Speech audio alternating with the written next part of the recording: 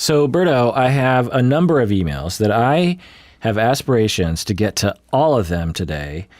And because I have 12 pages of emails and the notes thereof. So what do you say? Let's get to patron emails in this episode, Berto. Let's do it. This is the Psychology in Seattle podcast. I'm your host, Dr. Kirk Honda. I'm a therapist and a professor. Who are you, Humberto? My name is Humberto Castañeda, and I specialize in recounts in elections. Anonymous patron writes in, recently, I've been watching The Vow, and then afterwards, I watched The Master by Paul Thomas Anderson. I was struck by the similarities in recruiting and brainwashing techniques. It was uncomfortable for me to watch. Do these groups use a tool set of manipulation? At what point is the science used in NXIVM and Scientology no longer self-help and is an exploitation of human psychology? The morality feels murky, and I wonder if that is what contributes to the silent shame of the cult victim. Humberto, what do you think? Can systems that someone develops to try to help people be useful? Let alone if we start asking about scientific and stuff. I do think, that there's absolutely a lot of wisdom that some people accrue in their life, and that sometimes they are able to put together some concepts in a way that they can explain to people and ends up helping people. Those folks that can do that, when they're communicating that to an audience and they say, hey, look, you want to make more money? Look, I've gone through this, that, and the other thing. I got 10 steps for you. Not everyone is a charlatan, right? Like some of them are like, okay, I actually have some things that are useful. Same thing if what's the Marie Kondo or whatever, Spark joy. Yeah. Yeah. So, I do believe that people can come up with systems either through their own experience or everything they've read, whatever, that can be useful for other people. And I think that as long as they're being transparent and honest about what it can and can't do, and they're not being abusive and charging this, that, and the other thing, or getting them hooked, I think that's all great. Now, as far as like science, and again, even if you're being legitimate and you're not being abusive, as soon as you start claiming science, well, now, like this is a scientific method. Well, if you really mean the word scientific, that means you ran, experiments that were like highly controlled and you have all the results to show. Hopefully you're published or you're using published results. As soon as none of that exists, then your word science is meaningless. So my feeling is that most of these things, certainly NXIVM and Scientology, none of them qualify even close. No one's allowed to experiment with them, let alone publish results and stuff. It's nowhere close to the word science being applicable. Well, it sort of depends, because some of the time they are using science and they are integrating it into their system, but their entire system isn't scientifically based, if that makes any sense. Like you can use cognitive therapy ideas or narrative therapy ideas or experiential or brain science, for that matter, that you sort of understand, and use it within a system that is quote unquote science based, but the overall system has not been evaluated, if that makes sense. Absolutely. Like imagine I start a thing. So like, let's use the money thing. I've got a guaranteed foolproof system, Kirk. You come to my seminar, and it's a scientific seminar, and you're guaranteed to make more money. And you're like, really? Scientifically guaranteed? I'm like, absolutely. So you show up to the seminar, and first thing, as soon as you walk in the door, I ask you, like, how are you feeling? Are you feeling a little anxious about the seminar? And then you say, yeah. I'm like, okay, great, take this. And I give you like an anti-anxiety pill. Totally scientific. Right. And then like into it, I'm like, I'm using science totally out of context and unconnected. But the whole thing, the whole presentation, it's not been scientifically proven I can make you more money. And this is why it takes experts to understand the science. There are so many people online and charlatans who will read a few studies, or even 50 studies really, and they don't understand the bigger context. There's so many times people online will talk about narcissistic personality disorder or some other hot topic, and from their discussion, I can tell that they've read a lot, but they don't understand it still. They still don't get it because they're not in the clinical world. They don't have a degree. They're not a real expert. They've read a lot, but they don't really know how to put it into context. And I think that is a mistake that a lot of people make, the Dunning-Kruger, right? It's like, well, I know I've memorized the criteria for narcissistic personality disorder, and I've watched literally hundreds of hours of videos on YouTube about narcissistic personality disorder. I know it better than anyone else around. And it's like, no, you do not. Right. Until you understand the clinical picture, until you actually interface with the experts, until you actually treat people, get supervised. Anyway, point is, so I've actually made a lot of episodes on this anonymous patron. You can go back and listen to, just to name a few. And a lot of them, and I had a guest on, John Atack from the UK. He's an expert on helping people deprogram from cults, and he actually used to be in Scientology years ago and was such an outspoken proponent for helping people get out of Scientology that he was targeted by Scientology for a long time. And he's a pretty dynamic person. But some of the episodes that we've done in the past, number 836, back in February 2019, Berto and I did a deep dive on the psychology of the NXIVM cult, actually. We talked about NXIVM a year and a half ago. Yeah. Number 759, you can go to our website to find these. In August of 18, I did an episode on why do people join cults? And then all the way back in April of 2017, episode called Combating Scientology and Other Cults. And so listen to those episodes. But to answer your question, there's a fine line between self-help groups and cults. And they're hard to distinguish at sometimes. So we have to develop criteria to differentiate. And there's a lot of different ideas about this. But for me, my criteria are, for their participants, are there positive outcomes? So that's one. Number two, are the negative outcomes relatively small? Because there's usually some negative outcome in any treatment, really, in any intervention. Sure. Sorry, I just banged the microphone. Number three, is anyone being significantly harmed? So even if the negative outcomes are relatively small, if it results in 5 people being significantly abused by the system, as is in the case in NXIVM, then it's not okay, right? Yeah. So let's look at NXIVM. Some people benefited from it, and from the all the documentaries, you can clearly see that there's a whole bunch of people that really liked it and benefited and liked it so much that they were willing to do a lot for the organization. Many did not benefit from NXIVM, and some were significantly harmed by Rainier, however you pronounce his name. Scientology, some benefit. And that's one of the things that I didn't realize until I met a guy who was in Scientology, and he talked about how it was just a kind of a self-help group. And he knew about the documentaries, and he said, yeah, I know all that stuff is kind of there, but I don't really participate in it. I just really like the community. I really like the workshops that we work on. A lot of it is self-awareness and emotional expression and getting over your fears. And my life has really been improved by Scientology. But it's a large organization. Many have not benefited from it. And clearly from the documentaries, some people are significantly harmed. And I'll go into why this is in a second. Wild Wild Country, the documentary about the Rajneeshis in Oregon. To me, it's almost like just a general feeling I get from a lot of these documentaries is that at the top, you have these very abusive people. Just below the top, you have a bunch of abused people. And then at the very bottom level of the pyramid, you have just a ton of people who actually don't have a lot of contact with the charismatic person. Sure. And they're almost in another world. And NXIVM was kind of like that. NXIVM had the Raniere guy at the top who was abusing like a small set of women. And then there were hundreds, if not thousands, of people at the ground level who it was just kind of like a landmark, right? It was this nice thing, and none of them ever experienced anything bad. Same with Scientology. Same with the Rajneeshis in Oregon.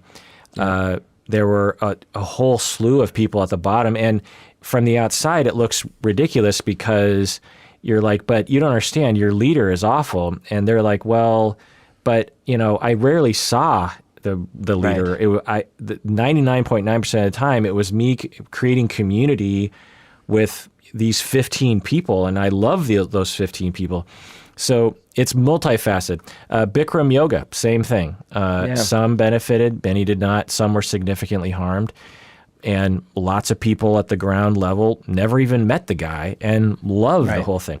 So other key criteria for cults in general, or what I like to call high control groups, because the word cult has become so, I don't know, overused or differently defined that I find that if I just say high control organization or high control group, I think that is a better word. Because some people will call that Michael Jackson has a cult of fans on the internet or something. And it's like, okay, but that certainly it's certainly not the same thing as what NXIVM had.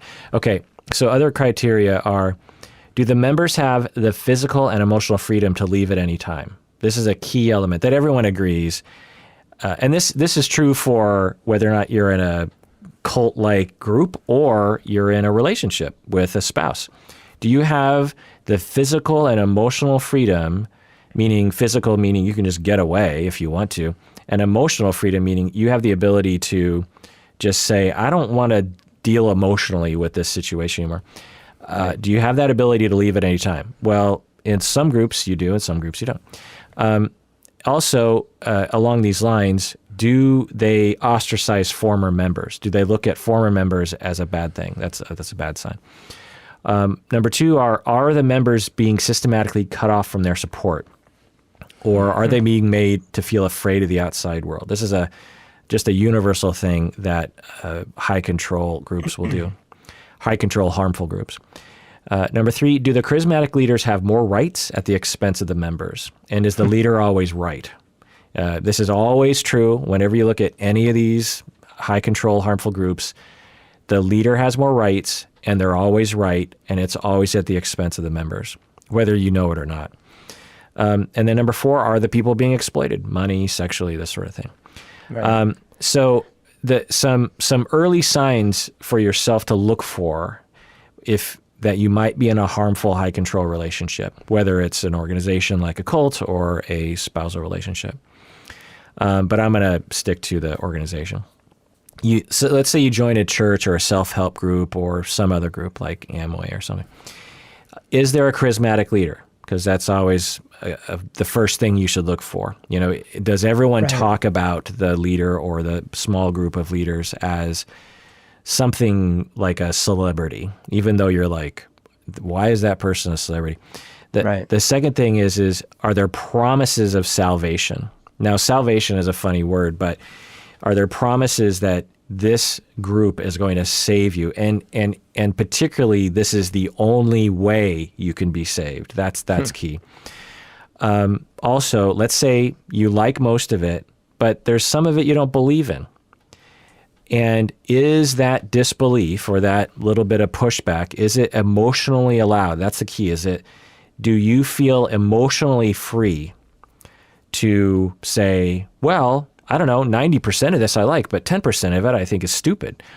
Are you allowed to say that out loud to other members? If you're not, that's a bad sign. Because how in the world would you agree with 100% of what this charismatic leader has to say?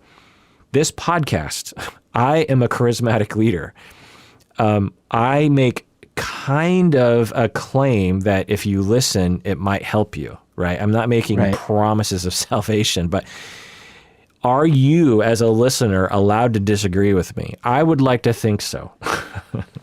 Whereas like for me, I make claims, absolute claims that if you hear me, you will be saved and you better not disagree. Right. And it's always mortifying to me when someone does disagree in the comments or something, and then the loyal listeners will pounce on that person. And that's when that criticizer has the right to call all of us a cult. Like there's nothing wrong with debate and there's nothing wrong with sticking up for me, I suppose, in Berto. But there is something, we just have to look at that a little carefully about like, are we creating some kind of weird Kirk cult here? Are people allowed to disagree? And it's something I watch very carefully. I would love to live in a world where no one disagrees with me, but I would rather live in a world where I'm not a cult leader. Let's say you like to go to the meetings in this group, or you like to listen to the podcast, and sometimes you want to take a break. Are you emotionally allowed to take a break? So Berto, when he went to Landmark, there are inklings in this direction, right? You told me about that first. Yeah. For those who don't know, Landmark is, I'm going to say it's similar to it's all the good things of Nexium. Let's just put it that way. And none of the charismatic leader. Like there's no like Raniere in the Landmark world, as far as I know. Anyway. As far as I could tell, that was the case. Now, the presenters and stuff present themselves as Right. charismatic leaders, but in a small scale. And Right. they're not supposed to be infallible and blah, blah, blah, blah, blah. Right. So there were elements that you described going to that first meeting where you weren't allowed to leave to go to the bathroom, and you weren't allowed to wear because you wore your Your So name tag upside down. I wore my name tag upside down. That was not allowed. And Right. it's one thing, like, it wasn't explained to me, because I could totally buy the following. Like, hey, that's funny. Just the thing is, like, because people are trying to talk to each other and stuff, it's really easier if they can actually see your name. Do you mind, like, flipping it over? That wasn't it. It was more of like, I'm paraphrasing, but we don't do that here. Right. And then it wasn't, I don't know if it was the bathroom thing, but it was I couldn't stand up in the back because my back was hurting. I had to sit in the uncomfortable ass chair, Right. whether I liked it or not. Yeah. Now, the big thing I want to say here is that Landmark, for the most part, anecdotally, because I've seen no research, is a good thing. A lot of people benefit from it. I know one of the founders or one of the original co-hosts of this podcast, Lita, was huge into Landmark for a long period of time. She loved it. So it can be really great, but we need to look critically at it. And if you're one of the people that loves Landmark and any criticism of it gets your hackles up, then you might want to think about why that is. If an organization can't handle criticism, then something's up there, If your president, for example, if you can't criticize that person, something's amiss, If you have criticism of me and somehow that's naughty or wrong or something evil is going to happen, then we're in a bad situation. That's high control. Speak those words. Yeah. As I was taking notes on this, I thought about how I once was in a band and the leader of the band was very high control. You never actually, this is just before I met you, Berto. I was in a band for a very short amount of time and there was a very high control person and I didn't like the feeling of that, so I left the band. And I remember getting really sweaty as I was telling him I was going to leave, Oh, God. Yeah. Okay, so now let's talk about therapy. Therapists are, in a sense, charismatic leaders. And they also make claims that therapy is going to help you. And let's say you like being in therapy with a particular therapist, but you don't agree with all of it. Is it emotionally allowed and supported for you to disagree with your therapist? I certainly hope so. Okay, you like to go to the sessions, but sometimes you want to take a break from therapy. You just want to take a few months off or whatever. Is that emotionally allowed and supported? I certainly hope so. So these are the things. Now, if you're in a high control relationship, I want to remind everyone, as I always do, to go to the National Domestic Violence Hotline. It's online. It's called thehotline.org. It can help you to get out of situations like this. All right, let's go into another email. I want to rip through these, Berto. We have 12 pages of shit like this. Jeez. And I've only gotten one email. Okay, anonymous listener says, I am half Latina and half white. I grew up in a conservative Caucasian culture. The politics of today are really confusing to me because I'm trying to reconnect with my non-Caucasian heritage, my Latina heritage. I simultaneously feel white guilt and also confusion because of how white people have acted historically against the Mexican community, as well as many immigrants. I don't want to vilify white people, and I don't want to ignore the experiences of Latino people and pretend I do not inherit those experiences in some capacity. I feel pulled in different directions by racial and political communities, since I am half Latina and half white. How does one deal with this sort of divisiveness and resolve mixed heritage into one's identity? Berto, what do you think? Yeah, totally relate, man. By the way, I'm about to get in huge trouble with some people out there. Oh, God. The hate is about to come. Oh, God. Well, because, for example, my cat already hates what you're saying. The cat already hates. As we talked about before, I used to think of myself as pretty much a Native American, a Native South American, right? I was like, well, I'm sure I've got Spanish in there, but, I'm pretty much a Native. And then when I did my DNA test in a few years ago, it turns out I was mostly Iberian, mostly Spanish. So I was like, oh man, I'm like mostly white, something like 65% or more. And then the native part was like in the 20-some%, and then I had other stuff. So I was like, oh man, I'm like my ancestors came here and did a whole bunch of damage to the natives. And I felt a lot of guilt about that. Not like me personally, but just sort of like the thought of that people in my family tree might have done terrible things, probably did terrible things. And so that was one part. But, just the other day, a few podcasts ago, I was talking about how I'd been doing all this research about Aztecs and, man, just how much blood they like to spill. I got in huge trouble. People are like, you shouldn't perpetuate those myths that the Spaniards started, like, as if like only certain cultures in history had, things that today we would find not okay, So, it's hilarious. My ancestry is mixed. What was the issue? What was the problem? Oh, we were talking about violence, and I was talking about how the dichotomy that humans are able to live in what would seem like contradictory existences in parallel. Like, for example, I gave the example of the Aztecs, how they would have these sacrifices with tens of thousands of people sacrificed. And yet at the same time, they had families, they loved their children, they would play together, they would build a community, build amazing structures. So they weren't like all psychopaths or something. They just had cultural things around worshiping the idea of that you need to spill blood in order to save the universe. But anyways, I said that, and I got backlash from listeners going, you're perpetuating myths started by the Spaniards, blah, blah, blah, blah, blah. And I was trying to explain and using links, like, no, read this research and stuff. And in the end, I remember with one of them, it came down to, fine. I mean, yes, I'm not saying the sacrifices didn't happen, but just it's the way we talk about them. It's like, okay, fine. But, it's interesting because the assumption was that I was sort of would defend the Spaniards and stand on the side. And now if you're like, well, you're mostly Spaniard anyway, so that would make sense. I totally get it. It's weird. It's confusing. Who should I stand behind? Is everyone evil? Is it just this, that? I guess what I've found, and I just recently in the last few years came to this realization, so I haven't had a lot of time to process. But for myself, 3 things that I know for sure. 1, I didn't do it. I didn't. 2, I try to be fair to people in general. So if there's some healing to be done from what my ancestors did, is that hopefully I don't perpetuate mistreatment of other people. And then 3, I am proud of what I do. I am not proud of something some ancestor did. I don't find pride. I know you and I debated about this, and it's just the word. I'm just saying, me personally, the way I use the word is I'm like, if I've done something and I think it's cool, I'm like, I'm proud of that. So I'm also neither horrified nor proud of something that 600 years ago was done by someone I have no actual current connection to.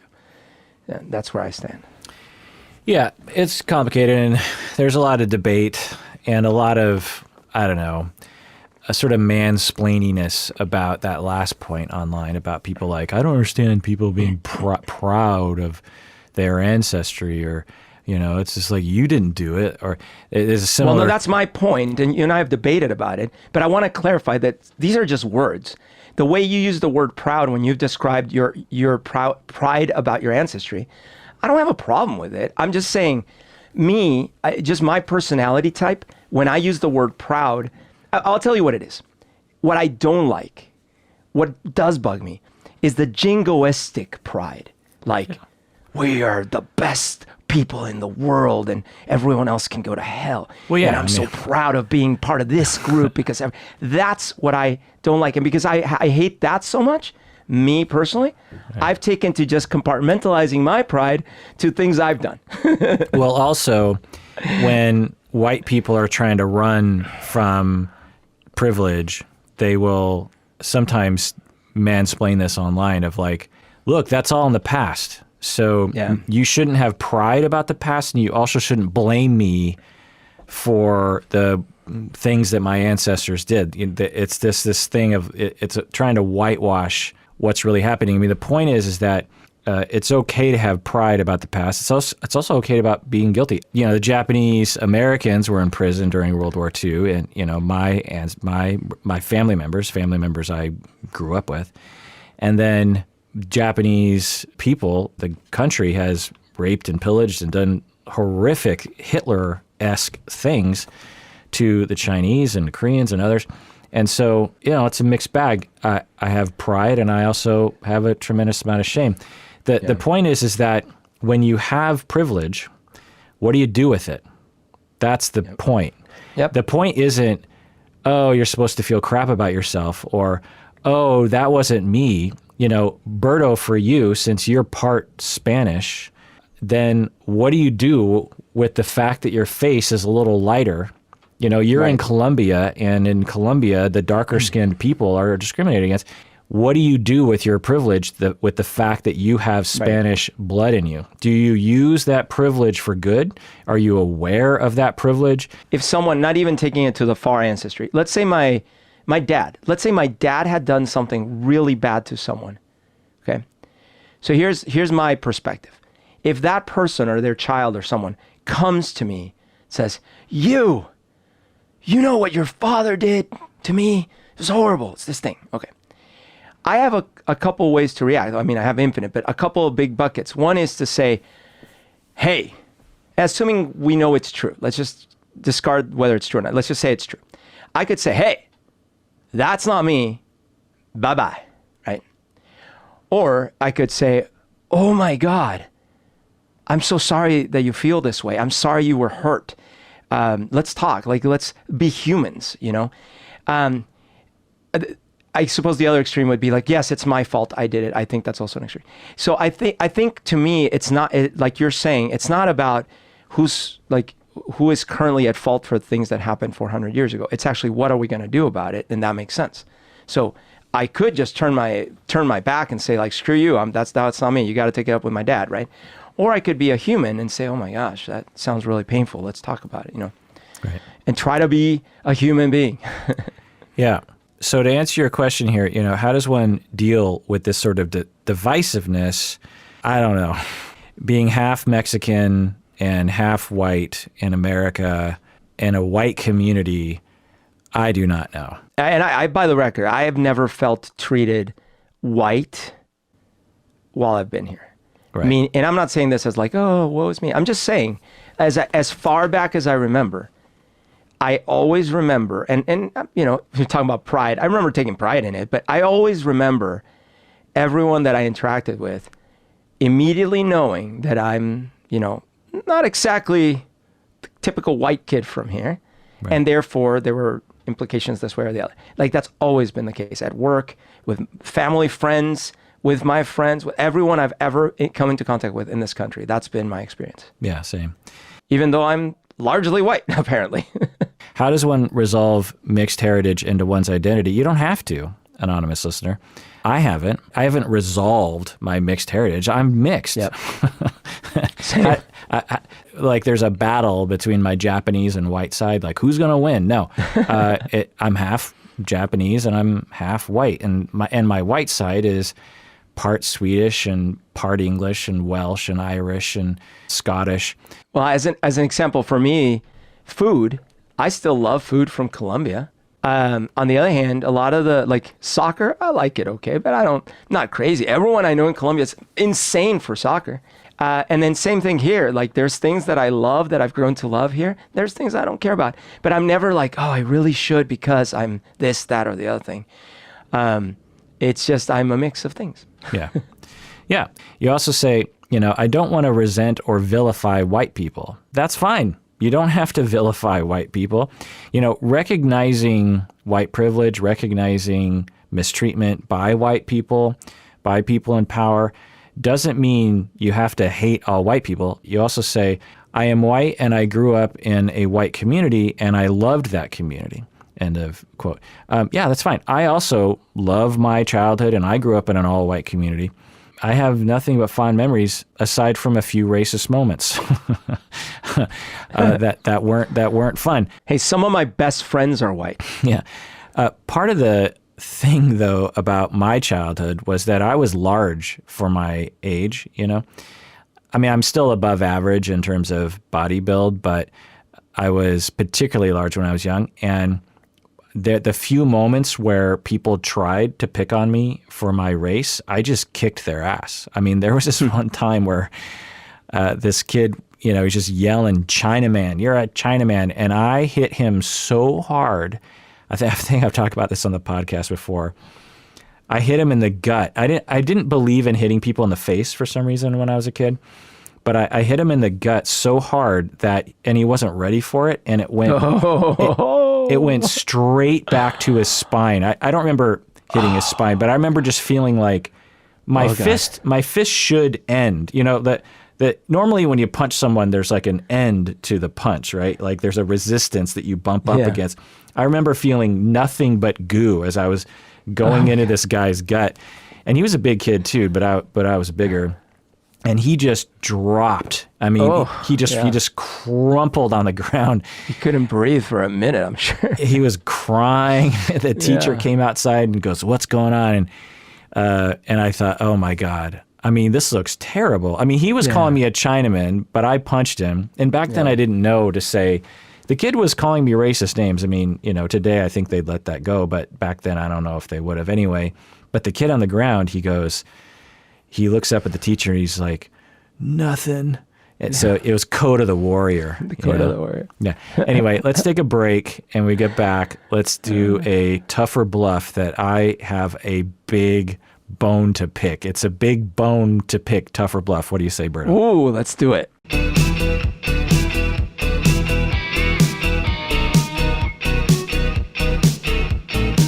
All right, we're back from the break, Berto. So, oh God, if you were a charismatic leader in a cult and you're trying to convince that your cult members who were actually in love with you to become a patron of the podcast, what would that sound like? As I've said 1,029 times, our magic number. Yes, good one. You got that. I am not here for me. I'm not even here for you. I am here for what all of us can become. Now, in front of you are little truffles. These truffles I made myself. And I used the secret ingredient I've been preaching about for decades to you. All you have to do now, we're almost at the end. This is it. This is what we've been practicing for. Oh God, this is dark. This is it. This is dark. But before we do, there is just one last step. One last thing we must do. Oh my God. You will find the computer terminal to the left, not right, of the truffle. There is a website open. It's already open for you. I already have it signed in for you because, as you know, you gave me all your information. Your credit card number is already entered. I literally just need you to eat the truffle and aim your nose at the enter button. Do this now, and we will be together forever. God, that's dark. Okay. I mean, I knew you were going to nail it, but I didn't know you were going to go Jonestown on me. How do you know? Wait, you're making assumptions. Maybe the truffle's so delicious that they bend over in joy and hit the keyboard. Oh, I don't trust you 1 second. You want to need a truffle I made as the final test. Tough or bluff, Berto? Seattle is the rainiest city in the United States. Tough or bluff? No. Bluff. Okay, so let's look at this. I have a theory of which one it is. Okay, go. Tell me what. Orlando. All right. Well, so there are different. What's your definition of the rainiest city? I mean, obviously, it can't be Orlando because it's so sunny for part of the year. Actually, okay, well, Orlando is one of the rainiest cities, but depends on how. So how do we define rainiest city? How much volume of rain falls per year or per period? Yeah. Okay, so let's look at that. Out of all the major cities in the United States, we're talking like 50 most, populous cities in the United States. What number is Seattle? Okay. Out of the top 50?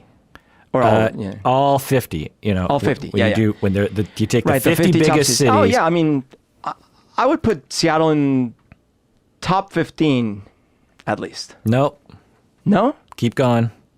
Keep going up or down? Down. So it's lower than 15. Okay, so top 10. No. Oh, the higher, other way. Higher. Okay. Sorry. Higher. Oh, okay. Well, and by the way, the reason I wasn't even like, it's the top 5 is because, sure, it rains, quote unquote, a lot in Seattle. First of all, volume wise, we have like the wimpiest rain most of the time. Not all the time, but most of the time. I grew up in Bogota. Bogota, when it rains, at least when I was growing up there, it was like the drops from hell. Yeah. And it was hard and it would like crush you for hours. And anyways. In Seattle, it's well known that people don't own umbrellas for that reason. Yeah. Because when it's raining, it's like barely raining. So you don't need an umbrella. I mean, I literally didn't own an umbrella until I was like, I don't know, 40 years old, because when I walked to school as a kid for a mile and uphill both ways and never in the rain all the time. and I don't even think I had a hood. You just got a little bit wet. And earlier today, I actually went on a walk and it was raining. And I got a little bit wet, but it's not like it's not that big rain. But anyway, so okay, 25. Nope, keep Middle. going. What? Yeah. Wow. Okay, now I'm a little mind blown actually. 35 then. Yeah, 32. So, wow. So it is below the It's below the median. Okay. Wow. In terms of inches in rainfall, it's 32nd. So it is gray. It is okay. So now there's the other. There are two other ways of measuring, quote unquote, the rainiest city. What's the other way of measuring that? How often it's not sunny, I guess. How often there's cloud cover. Okay, so days of heavy cloud cover. What number do you think Seattle is? Okay, now we're getting somewhere, but it's got a really nice summer, so I'm gonna go. It's number 18. No, number 1. Oh, it is. Okay, so it is very cloudy. Okay. Yeah, so 62. Wow, number 1 though. Yeah, 62% of the days are heavy cloud, which doesn't surprise. That's why people say that it rains so much because of that. Right. That's when people are saying it rains all the time in Seattle, they don't know what the hell they're talking about. They're talking about it's cloudy. There's no sun. Yeah. So that's hilarious. And the thing I always say is from mid-September until mid-June, it's always overcast and 50 degrees. It's never cold. It's never warm. Yeah. It's never sunny. Now it's obviously not entirely true, but if you're going to take a bet on a day 3 months from now, you would win your money if you said overcast and 50 degrees, give or minus, plus or minus. What's the number 2 heaviest, cloudiest city? Number 2. Oh, Portland? Yeah, Portland. Oh, really? Yeah. All right, but the third way to measure rainiest city is by numbers days of rain, right? Yeah. So you have like how many days does it How many rain days it actually rains instead of volume. instead of by inches? Because like Yeah. in Bogota, in one day you could have like three inches of rain or so. Yeah, and so But by the way, speaking of that, it would be afternoon in school. Like we're in school and we're sitting there, and we'd look out, and the sky was black, like just black, and it was like the end of the world clouds. It was like, oh my God, what's happening? So yeah, it was big deluge. But here you're asking, what is Seattle in terms of number of days? in Of rain. terms of Days of where it ranks in terms of Yeah, the 50 where it the ranks. 50 cities. Okay, I'm gonna go. Number of days is probably number 5. Close, number 6. Oh wow. Okay, so what is the... Okay, so I'm just going to rattle off the top 10 in each category. So if we're looking at inches of rain, this is where Seattle is 32. You have New Orleans, Miami, Memphis, Birmingham, Alabama, Jacksonville, Florida, Orlando, New York City, Oh. Houston, Atlanta, and Nashville. So those are where you're getting a lot of rain. And New York City kind of is confusing to me. Yeah, that one's surprising. Houston is actually kind of weird too, but that's that's similar to Bogota with all that humidity coming in off of the. But so you have the New Orleans, Miami, Memphis, Birmingham, Jacksonville, Orlando. You have all those systems coming in. Orlando doesn't surprise me because that's the lightning capital too. And it's when you're there in August, it's just a flood. Yeah. Now, when we go to heavy clouds, top 10 is Seattle, and you got Portland. Then you have Buffalo, New York. You have Pittsburgh, Cleveland, Rochester, New York, Columbus, Ohio, Cincinnati, Ohio, and Detroit, Michigan. So you have Seattle, Portland, and then you have, I don't know what you call it, but like the Rust Belt area, Cleveland, Pittsburgh, that area. Yeah. Do they call it the Rust Belt? Anyway. Yeah, I think so because all the factories and cars and stuff. Yeah. Right? I don't know if people in that area think of themselves as being similar to Seattle, but they are. Like Pittsburgh, Cleveland, when you think of heavy cloud cover, Yeah. you should also be thinking about Pittsburgh and Cleveland and Columbus and Cincinnati and Detroit and Buffalo. Yeah, that makes sense. Most rainy days, top 10, you got Rochester, New York, Buffalo, Portland. So Portland has more rainy days than Seattle does. Wow. Like no one goes Portland, the rainiest city. No one goes. I mean, I guess part of the issue is no one thinks anything about Portland. Why do we even have a Bumbershoot festival? Like that doesn't even make sense anymore. Yeah. Cleveland, more rainy days. Pittsburgh. So Rochester, Buffalo, but the three ones that really get my goat, because the rainiest days, that to me makes the most sense of when you're talking about the rainiest cities. Portland, Cleveland, and Pittsburgh rains more often than Seattle. Wow. And you're probably getting more volume in terms of inches. You know what I mean? So by probably any normal measure, Portland, Cleveland, Pittsburgh, rainier than Seattle.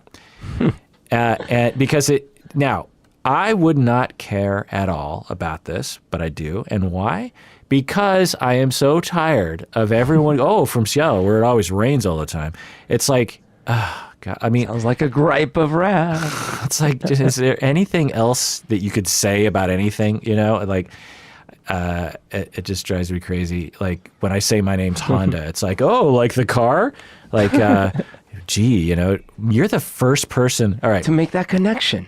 So a while ago, Berto, I was asking you about, we were talking about Back to the Future, and I talked about how I was confused or a bit boggled as to why Back to the Future was so beloved by today's people, even younger people, when there are so many other cultural things that happened around that time. Sure. And so what I decided to do, and you were making the case of like, well, of course Back to the Future is huge today because it was gigantic then. And I was saying, well, yeah, I mean, it was big, but there were so many other big things at the time that people don't have any awareness of today. And so it's just, interesting. I mean, I'm glad that people like it, but it's just kind of interesting. As I get older, I start to realize maybe what older people were doing when we were young. Like when you think of the 50s and music, you think of who? 50s? Elvis, I guess? Right. You think Elvis. Yeah. And for me and you, it's possible, even if we saw a rundown, maybe Doris Day would be, even if we saw a rundown of the top 10 of each year, we'd go like, we only recognize Elvis. See Elvis. Yeah. But to people that grew up in the 50s, they'd be like, well, yeah, Elvis was big, but there were so many other things that were big. What about this? Yeah. Fats Domino, course, yeah. All these other things. And so now I'm getting to that age where I'm like, how interesting it is that when people think back to the 80s, there's like a handful of things that people are like, oh my God, the 80s, you have, neon colors and Back to the Future and Max Headroom or whatever. And I'm like, okay, but there were so many other things. Anyway, so what I decided to do was go to the charts of 84, 85, and 86 and look at the top 10 highest grossing movies of those years. Okay. Of those years. And then and I'm going to randomize them. Okay. And then you tell me if today's young people, the average 25-year-old, still kind of thinks about this thing, knows about it. 25-year-old or 30-year-old people today know Back to the Future, They know. I guess so. Probably, yeah. Yeah, they know Morty. Yeah. They know Doc. They know the DeLorean. Right. If they saw it parodied in a cartoon, they would go, "Oh, that's Back to the Future," of course. Yes. In the same way that when we were young and you see some guy come out looking like Elvis, oh, obviously that's Elvis. Like if they saw, like maybe you change the names to like Rick and I don't know. Right. Actually, that's a good. I mean, you and I are old, but this is a good measure of. If this was parodied in a young person's product, like a movie or a cartoon, would the young audience, recognize what's being parodied? Okay, say Back to the Future, yes. All right, so yes. I'm gonna. Okay, A View to a Kill.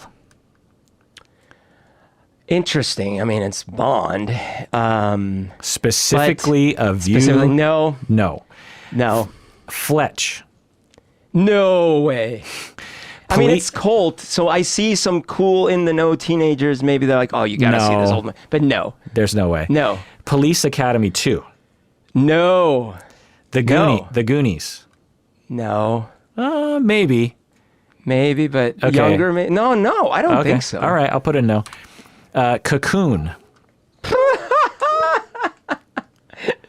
No. Yeah, great movie, though. Great, I love that movie. Yeah. Did you know that I think you and I are older than that guy, the guy who did Oatmeal? Yeah. No, you're right. He was Wilford Brimley or something. Yeah, I think he was like 45 or something when he shot that. I can't remember. Rocky 4. Maybe, yes, because of Ivan Drago, and Rocky's kept going. And yeah. Okay, all right. Yes. Rambo First Blood Part 2. Yes, because that's actually what they know. In fact, if you said First Blood, I'd say no. Right. But I think more of them recognize Rambo with the like the shirtless and the Beverly Hills Cop. Probably not. No. I mean, Eddie Murphy. Beverly Hills Cop. Eddie Murphy, yes, but if you had a scene where some Eddie Murphy-like character was arguing with two white cops, no one would. No. Ferris Bueller. Yes. Yeah. Ruthless People. No. The Golden Child, another Eddie Murphy movie. No. Yeah. Aliens. Yes, definitely. Yeah. Back to School with what's his face? Yeah, no, but that's Star Trek 4: The Voyage Home. Yes. Yeah. I mean, that one specifically, or yeah, I don't know. Is that the one with the whales? No. Yeah. Karate Kid Part 2. Oh yeah, Cobra Kai. I mean, yeah. Yeah, maybe on that one because not 3, but yes, 2. Yeah. Platoon. No. I'm gonna give that one a maybe. Crocodile Dundee. I mean, is that a knife? But no. I'm gonna give that a maybe as well. But how? Like, well, what because I was actually watching something, and it was a movie on Netflix, and this American girl calls out to this Australian guy, and that they're young people, and she says, "Hey, Crocodile Dundee." I think that's because the writers are old. I know, Okay. but they still had anyway. That's a maybe. Okay. I'm gonna go no, but okay. Top Gun, Yes. Yeah, definitely. Yes, Top Gun. Romancing the Stone, No, I love that movie. Terms of Endearment, No chance. Star Trek 3, The Search for Spock. Yes, definitely. No. Yes, they even remade it. I mean, come on. What do you mean? I mean, they remade Star Trek, and they had Kirk dying or almost dying. And Oh, okay. All right. Beverly Hills Cop 1. No. Footloose. well, they remade it, so Well, I but haven't seen the I would remake, imagine kids might, some hip kids might, like Yeah, if you had a yes. scene of a guy dancing in Yeah. a barn, They might see it. Okay, Police yes. Academy, no. Karate Kid, yes. Yes. Gremlins. Yeah, man. No. I think so. Yes. Like if Yes. you had a one of the little gremlins, The gizmo is probably recognizable. yeah. Maybe. Ghostbusters, yes. Yes. Indiana Jones, The Temple of Doom, Yes. specifically. Yeah. Okay. Yeah, I think so. All right. So you get the picture that, like, with Yeah. some of these, it's like definitely survived into young people culture of today. Back to the Right. Future, Karate Kid, I'm guessing, Ghostbusters for sure. Ghostbusters, right? Top Gun, Ferris Bueller. But then you have Crocodile Dundee, Platoon, Cocoon. Fletch was one of the top 10 movies of 85. That's crazy. Romancing the Stone was gigantic at the time. Gigantic. And I would guess young people today have never even heard of it, you know? Yeah. So that's my point, is that I don't know what it is, but some things survive, and you would say, well, because they're just good. And I don't know if that makes sense to me. But I gave other reasons. Like some of them, I agree with you. It's like a little puzzling. But I think that the thing about Back to the Future is the car, the topic, the doc is so iconic. Certain things if you can see the shadow of the thing or the outline, and you're like, I know what that is. It's because the style, the design is so specific that it makes it really easy to recognize. And again, the topic, time travel, is universally interesting. The DeLorean is so unique. It's like, I don't know. It's kind of hard for it not to. Well, so from my cultural pocket, Back to the Future, when I saw it in the theater, was one of many enjoyable movies I saw in 1985. Yeah. Beverly Hills Cop, to me, was way bigger of a cultural phenomenon because of Eddie Murphy. He was dynamic in the 80s. Rambo, First Blood Part 2, also just ginormous. Yeah. Rocky 4 with Ivan Drago. Oh, yeah. Cocoon, The Goonies, Fletch was a gigantic movie.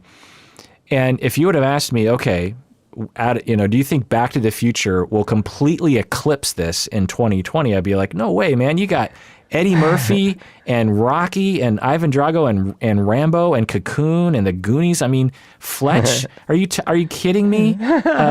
He was awesome. Fletch is awesome. So, I don't know what it is, but It might be also age group too, because I was younger than you. So when I saw Back to the Future, first of all, many of the ones you listed, I only saw on VHS or beta. But Back to the Future, I went to the theater with my cousin Gisela, and we were mind blown. And we made a pact to see the sequel together because it was so impressive and so amazing. And I went on and on about it. In fact, it was probably the most blown away I had been about a movie since Return of the Jedi. Interesting. So, I think it's an age thing too. Like I was at just the right age, 10 years old, basically. I was just the right age too. I was 14, and you're into other things. Yeah, but I remember feeling like this movie was definitely right up my alley. You had kind of a nerdy but try to be cool guy, and he was bullied. I don't know. Anyway, let's call it a day, Berto, because I want We'll to. never finish. Everyone out there, disagree with me at will and never, ever feel like you can't, because my goodness, if you don't, I'm coming for you. And everyone out there, please take care of yourself because You deserve it.